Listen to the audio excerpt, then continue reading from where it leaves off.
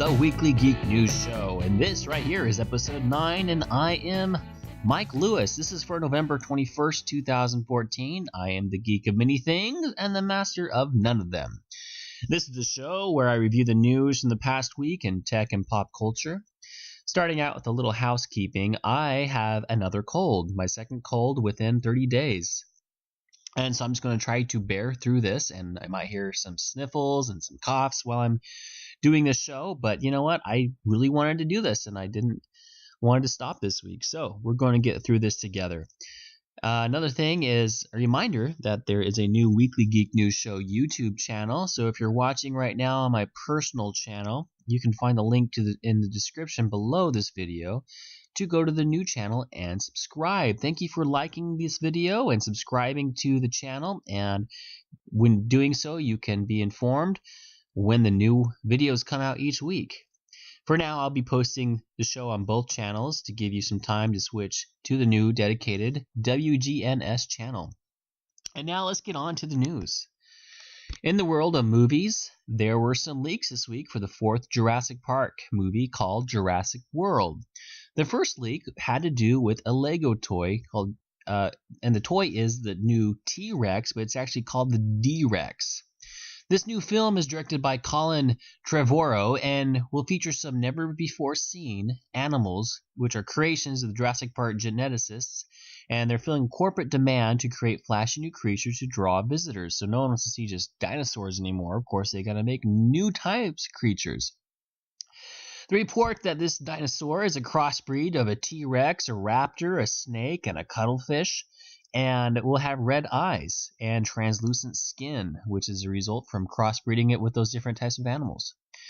The leak comes from a Lego website called groovebricks.com. It's a Lego fan site, and you can see in the pictures while I'm talking here what it looks like, and this is probably really close to what the animal will look like in the movie.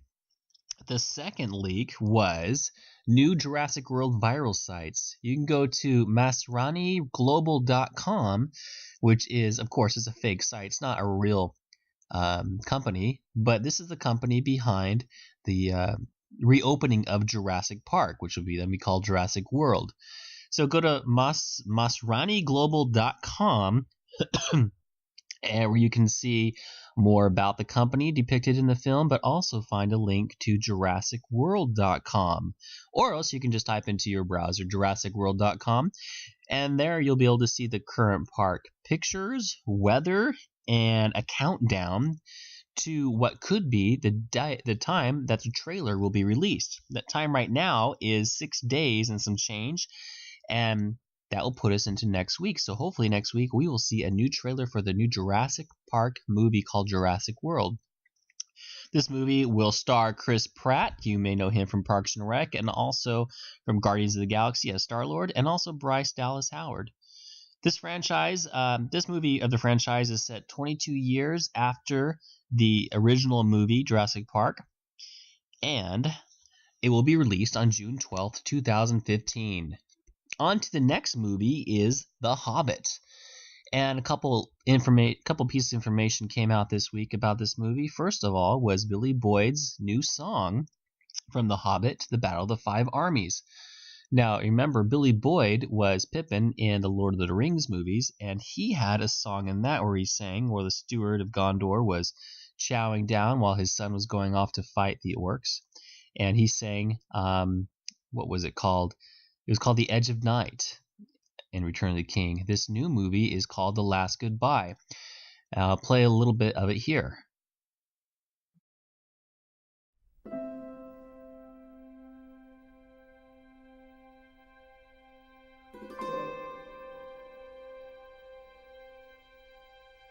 I saw the light fade from the sky.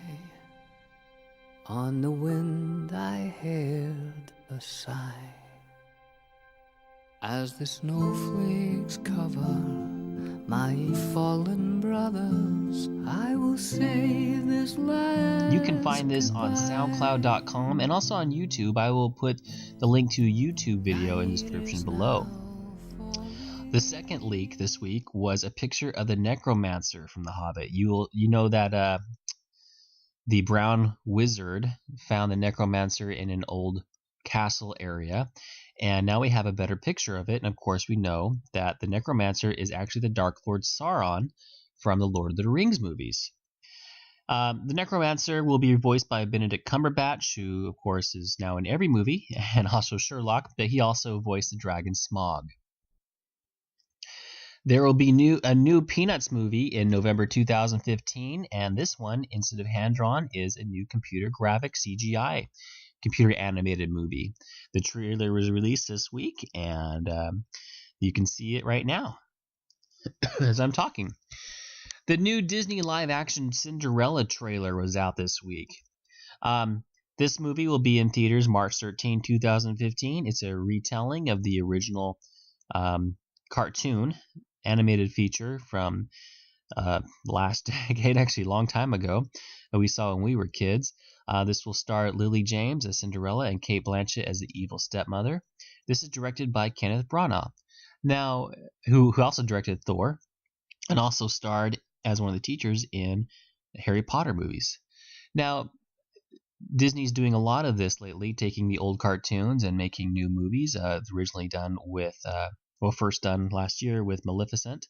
And I have a guest star today with me is my daughter, Kenna. She is 12, and I think that I want to hear what she has to say, since she is the kind of age group that they're going for in these movies, and younger girls, 12 and younger, and I want to see what she says about it.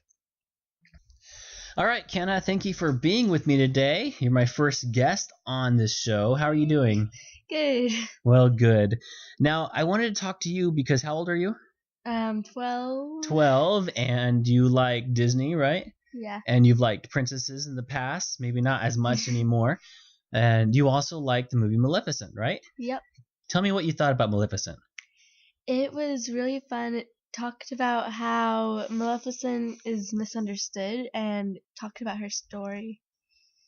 So you've seen the original cartoon version of Sleeping Beauty, correct? Yes. And did you like that one? Yeah, that one was fun too. Did you like seeing these characters in live action, real life people playing these parts? Yeah. And also at a different perspective? Yep. Anything else you want to say about Maleficent? Nope. No? All right, and so you have seen the trailer or the commercial for the Cinderella movie, right? Yep. That's coming out next year. What were your thoughts when you saw that? It looked like it's going to be really fun, and it looks a little different, but it looks cool. Does it look like they're staying close to the original story from the cartoon? Yes, they are, and they aren't. Okay. Yeah, it looked different, and they also had a lot of the same stuff, so. What are you most excited for about this movie? I think I'm most excited about how they're bringing a story to life more. Okay. Great. Will you see this movie? Yes. Yes, you will. Any other cartoons that you remember that Disney had that you would like them to see bring to life more? I think Rapunzel would be cool. Rapunzel. Okay, Yep. cool. That would be fun, huh? Yeah, and they just had Tangled a few years ago? Yeah. Yeah, and it would be fun to see that in real life, right? Yep. All right. Did you know that the director of this Cinderella movie is Kenneth Branagh? Do you know who that is? No. Okay, he was on Harry Potter as that teacher who loved himself a lot. What was his name? Do you remember? I don't remember his name. Gilroy Lockhart. Yeah, Lockhart. Does that make you even a little bit more excited to see the movie? Yes. Yeah, he's directed some other movies before. He also directed the first Thor movie. Did you like the Thor movie? Yes. Yeah, that was fun. Well, anything else you wanted to say? Not really. Not really. That's it. Well, thank you for being with me today and sharing your feelings about the princess movies and Cinderella and your own ideas about the future, what they could do. Thank you, Kenna. Star Wars Episode 7, The Force Awakens. The trailer is coming soon. StarWars7News.com reported that the trailer will be attached to the Hobbit movie, The Battle of the Five Armies. But this rumor is just a rumor and has not been confirmed by Disney as of yet. But there was a promise earlier, I think it was last week or earlier this month, that we will see a teaser trailer sometime by the end of the year. Sony Pictures has canceled production of the Steve Jobs movie that was once supposed to be cast by Christian Bale as the Apple co-founder. Then he got out of it, and more people are leaving the production, and so Sony has dropped it, but they might pick it up later, or it might be shopped around to different studios. So it was written by Aaron Sorkin, and that was all that I know right now. And in television, Chris Pratt, who I mentioned above, will be in the new Jurassic Park movie, and also was in as a Star-Lord and the movie Guardians of the Galaxy. He was asked this week if he would be willing to. He was actually asked by a reporter if he would be willing ever to star or appear in Marvel's Agents of Sheild on television. And he asked that I wouldn't rule it out. Marvel would have to decide. But if it made sense for the brand and for the story, yeah, sure. So wouldn't it be fun to see Chris Pratt as Star-Lord in Agents of Sheild on television? He's not a stranger to television, since he was also in, and actually still is, in Parks and Recreation on television. Now, since there are many things in Agents of Sheild right now that have to do with aliens, with Skye, and also her parents, and also some alien blood that they have used to heal people who were sick, we could see some alien or space adventures from Marvel's Agents of Sheild as well. There is a trailer for a new Netflix original series of Marco Polo that was released this week. Now, I'm interested to see where this goes. They have a $90 million budget for this movie, and it's this actually series, and this is a 10-episode series, and it will begin to premiere on Netflix December 12th of this year. Glen Larsen has passed away. He is a legendary creator that produced and created the original Battlestar Galactica, Knight Rider, Magnum P.I., and a lot of other television series from the 1970s and 1980s. I know I had a lot of memories of his television shows when I was a kid in the 80s. He passed away this week at the age of 77 from cancer, and he will be missed. In technology, Samsung announced this week a new app to find popular videos online. Now, this video app will help you find what is trending, what is viral, what is popular that people are watching, and also give recommendations on current popular videos, and also from what you have viewed in the past. This is called Milk Video, the name taken from their music streaming service called Milk Music. Samsung said that the interface is more mobile friendly than other video sites. They're probably mentioning or alluding to YouTube mobile as well. And also Samsung announced that their virtual reality headset will work with the Galaxy Note 4 that is required. Will be $200 for the headset and $250 if you would like the Bluetooth gamepad along with it. Now, you have to have the Galaxy Note 4 because it uses that phone as the screen, and I'm sure probably the accelerometer to track your head movement with the virtual reality gear, the setup. So the phone slips into the headset. This will ship in early December, so not too far from now. So if you have a Galaxy Note 4, this would be kind of a cool add-on. You can watch movies and also play games in virtual reality.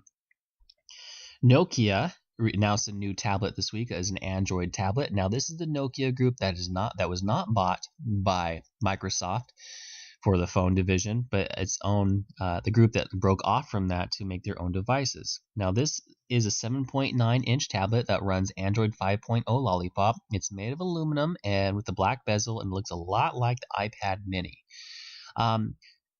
This will also be one of the first devices that will have the new reversible USB connector, so it doesn't matter which way you connect in that USB connector. This will be released in early 2015. And also another tablet was announced by HP. It's called the HP Envy X2 or X2, or just maybe number 2. This is a refreshed design with better performance than the last version. There were a lot of complaints of the performance of the last version. This is Windows 8.1, and there will also be a keyboard cover, which will come, and this will come in sizes 13 inches and 15.6 inches.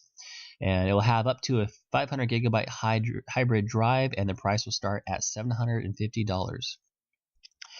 Another app this week that has to do with music, actually, it's a YouTube Music Key. This is a new YouTube subscription service, a streaming service, similar to Spotify or RDO or others that may be out there. And what this does is recommends playlists that's based on past music you watch or listen to on YouTube, and also recommends new and trending music and playlists. Now, this is for mobile, for phones and tablets, but also on their site. You'll notice that maybe on the top of the site, you can see a link or a button to a music section on YouTube. So it's a revamped site that they've added a music button to. Now, the subscription is $10 per month if you would like it ad-free, or if you do not mind ads once in a while, it is free. But also the $10 per month subscription will give you offline listening and some other nice perks. Last week we talked about the ESA's lander Philia that landed on a comet on November 14th. The lander ran out of energy because it did not land in an area where there was sunlight.